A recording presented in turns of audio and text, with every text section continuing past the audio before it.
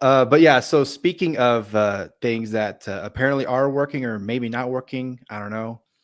So one of the reasons that I wanted you on the show is because you did do a TikTok video and then you made a longer YouTube video. And the whole premise of it, the gist of it was that the Libertarian Party has apparently abandoned California. So, Josh, has the Libertarian Party abandoned California? What do you think? Yes, they have. So what I did is what happened, I can explain it for your viewers or listeners and what have you, is I got my primary election ballot piece in the mail that shows every statewide office that the entire state votes on, and there wasn't a single libertarian in here. I mean, there were non-qualified parties. That's people who are in a party that's not an official party in California, like the Communist Party and whatnot. Not a single libertarian was in there. So then I went through, and actually, not that anyone needs to see it, but I actually went through and counted every single person that was running for office in the state. That's assembly, every statewide office. So assembly, state, okay, California Assembly, California Senate, the United States Senate, United States House, and the 11 statewide offices. So like governor, lieutenant governor, stuff like that. And there were all of 3 libertarians running in 165 offices.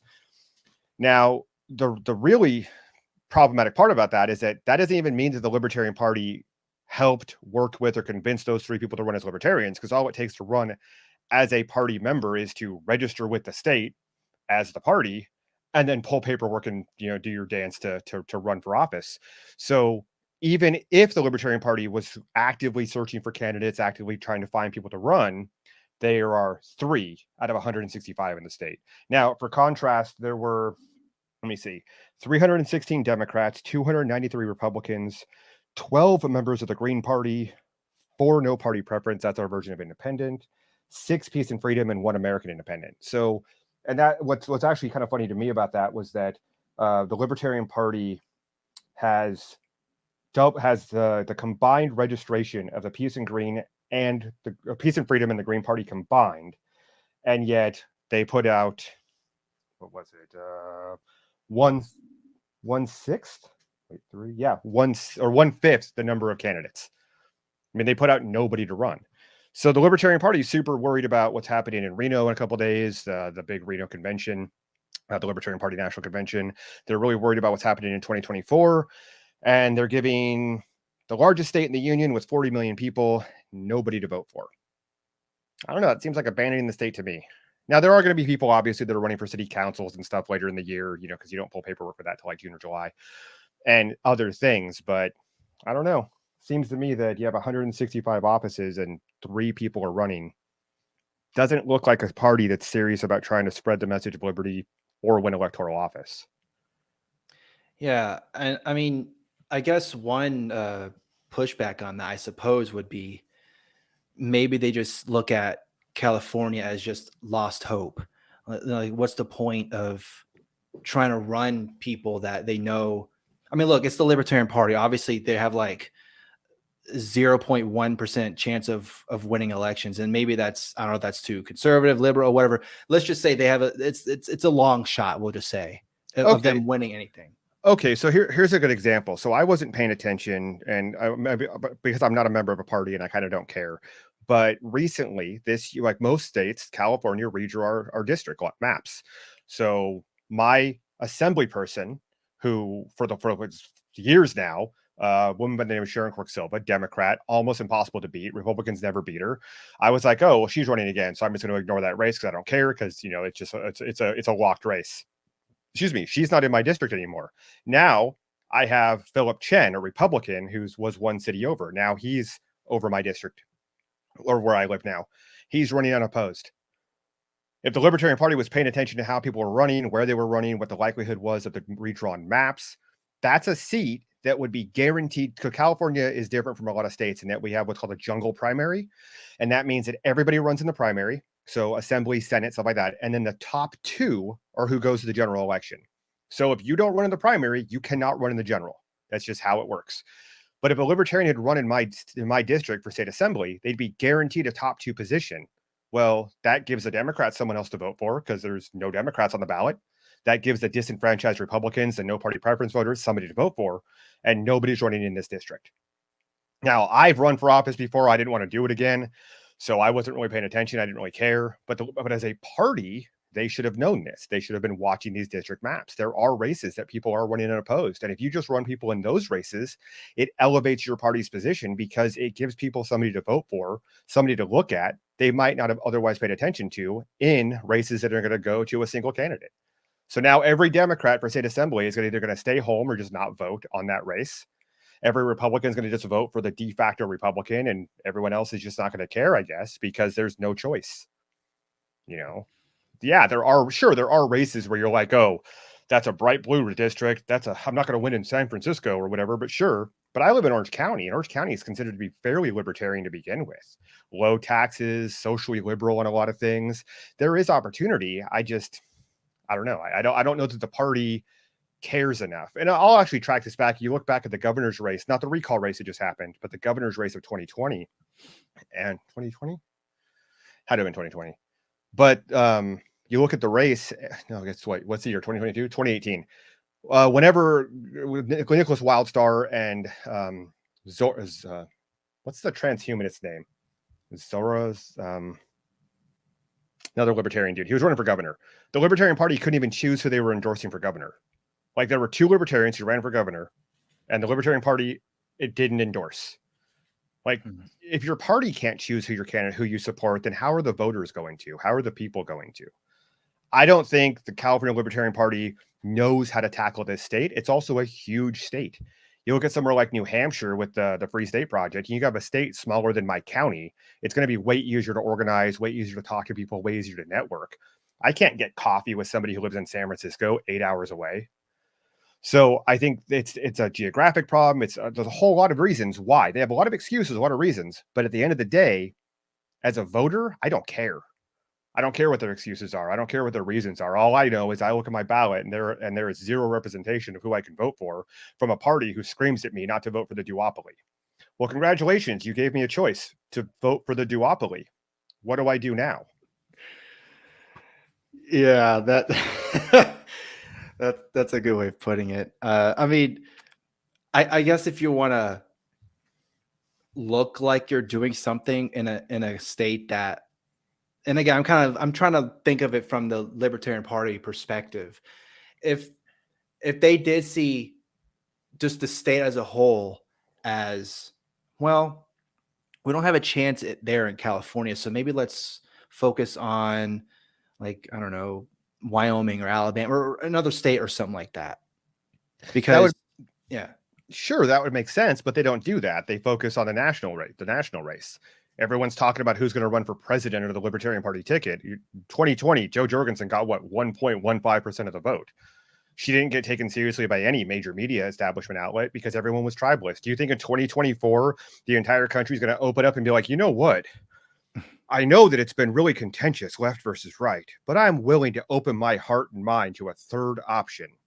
I mean, it's a laughable premise to think that we can't win in California, but we can win the national ticket. And if it's just a messaging thing, you could message in California too. You think California voters are going to take you more seriously because you're on the presidential line than the congressional line? I don't think that bared out in any ballot that's happened. I mean, everybody knows Ron Paul because he ran as a Republican in 2008. I don't think anybody could name a Libertarian Party candidate except for Ron Paul in 88. Yeah. So, yeah, I think it's a valid argument if they were actually doing those things, but I don't see them doing that.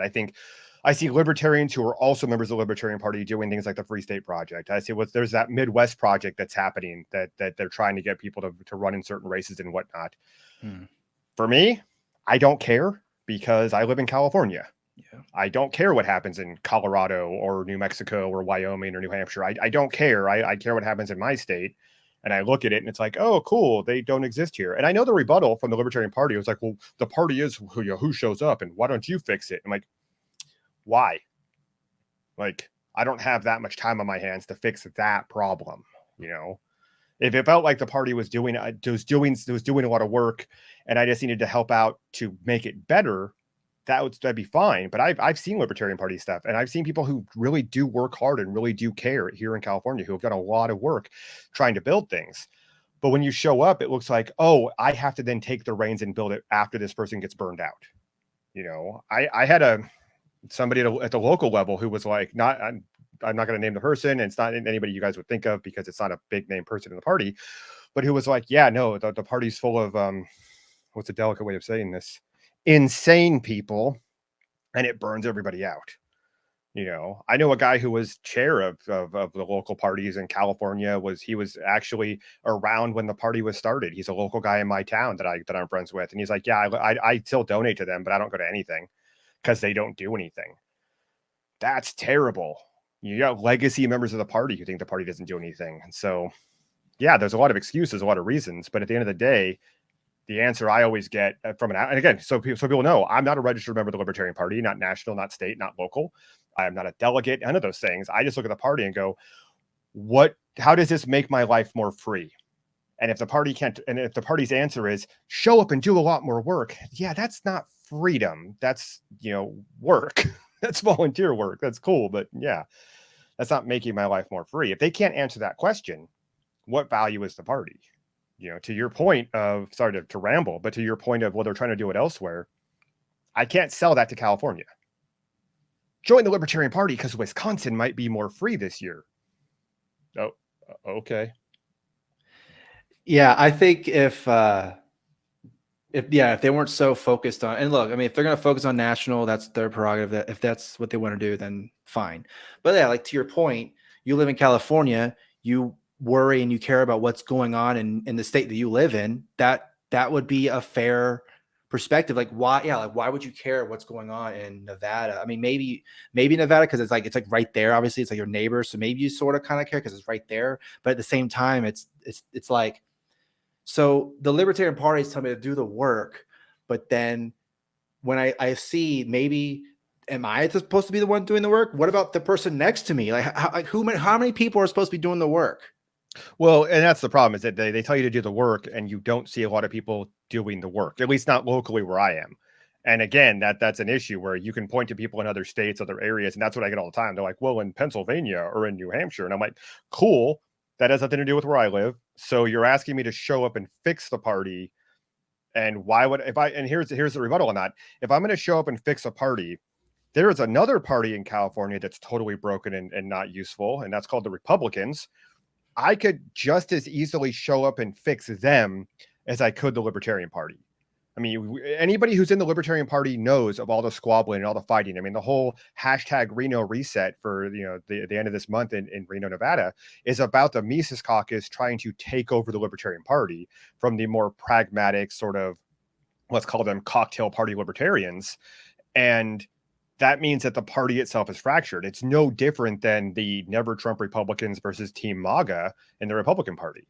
If you're going to have to show up and fight embedded vested interests and certain donors and all of that, if I'm going to have to bang my head against these walls, I could go to a party that has a guaranteed voter base. I mean, yeah, the Republican Party is only 24% of registered voters in California, but the Libertarians are 1%. I put an R next. If I want to run for office, I put an R next to my name. I'm guaranteed way more votes than putting an L next to my name, and nothing about my ideology changed. So, especially like you said, if you put an R next to your name and you run in a district that you have a chance in winning, that could be something that you could do. But a lot of libertarians, when you tell them that, when you say, hey, maybe if you actually want to do something in the state to help it out, to gain more liberty within the state of California, maybe you should work with the no, it's got to be an L. You have to have an L next to your name. I know, because I disagree with them on one thing. No, I can't do it. Nope. No. The easy test is, okay, can you name any member of Congress who's put forward libertarian ideas? I can point out Thomas Massey immediately. Every year he puts forward a bill to abolish the Department of Education. Every year he does that, right? I can point to, Ron Paul. He was very libertarian. Wrote a book about ending the Fed. from within the Republican Party. Like, that's fair. Like, you could point to libertarian ideology in the Republican Party. Can you point to any Libertarian Party member in Congress that's done anything ever? No, because they haven't existed. So I can already hear though people being like, "Well, Justin Amash was libertarian." Yeah, but that's because he switched parties in the middle of. Justin Amash was independent longer than he was libertarian. He didn't join the Libertarian Party. He left the Republican Party, became an independent, realized he couldn't win his race again as an independent, carpet bagged onto the Libertarian Party to try to take the presidential nominee. And then when that didn't pan out, stuck around. If Justin Amash was a libertarian, Justin Amash wasn't a Libertarian Party member of Congress, except as sort of a default position that was possibly going to benefit him towards the end. If he had left the Republican Party and immediately joined the Libertarians, there'd be an argument. But he didn't join the Libertarian Party until he decided to try to run for president. It was a carpetbagging thing at best. So yeah, but he never won. He was never really libertarian in Congress. He ran as a Republican. So anything that you credit him with in Congress goes to the Republican Party. That's how he ran. That's how he won. That's how he got in office. Sure, he left office as a Republican. He didn't even run for re-election. He joined the Libertarian Party after he already gave up his seat, essentially. So, yeah, I know the rebuttal on that, but it's wrong. Not a single into the 50 years the Libertarian Party has been a party, they haven't got a single federal office. And I did the math 2 years ago. If you do the math of how many House seats, because it's every 2 years, and how many Senate seats, not counting special elections, that the Libertarian Party has had a chance at by virtue that they could pull paper in any jurisdiction, right? There are over 10,000 chances that they could have had to win a single seat in Congress. They've never done it once. So it's like, oh, it has to be an L. It's never been one. So it has to be the first L? Yeah, miss me with that. The one name that I can think of that I'm pretty sure he won an election as a representative was Marshall Burt, I think is his name, in Wyoming. Do they have one? I'm pretty sure. Yeah, I'm pretty sure he's won. I don't know how.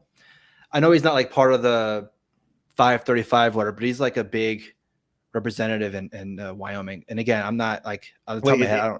Is he federal or state level?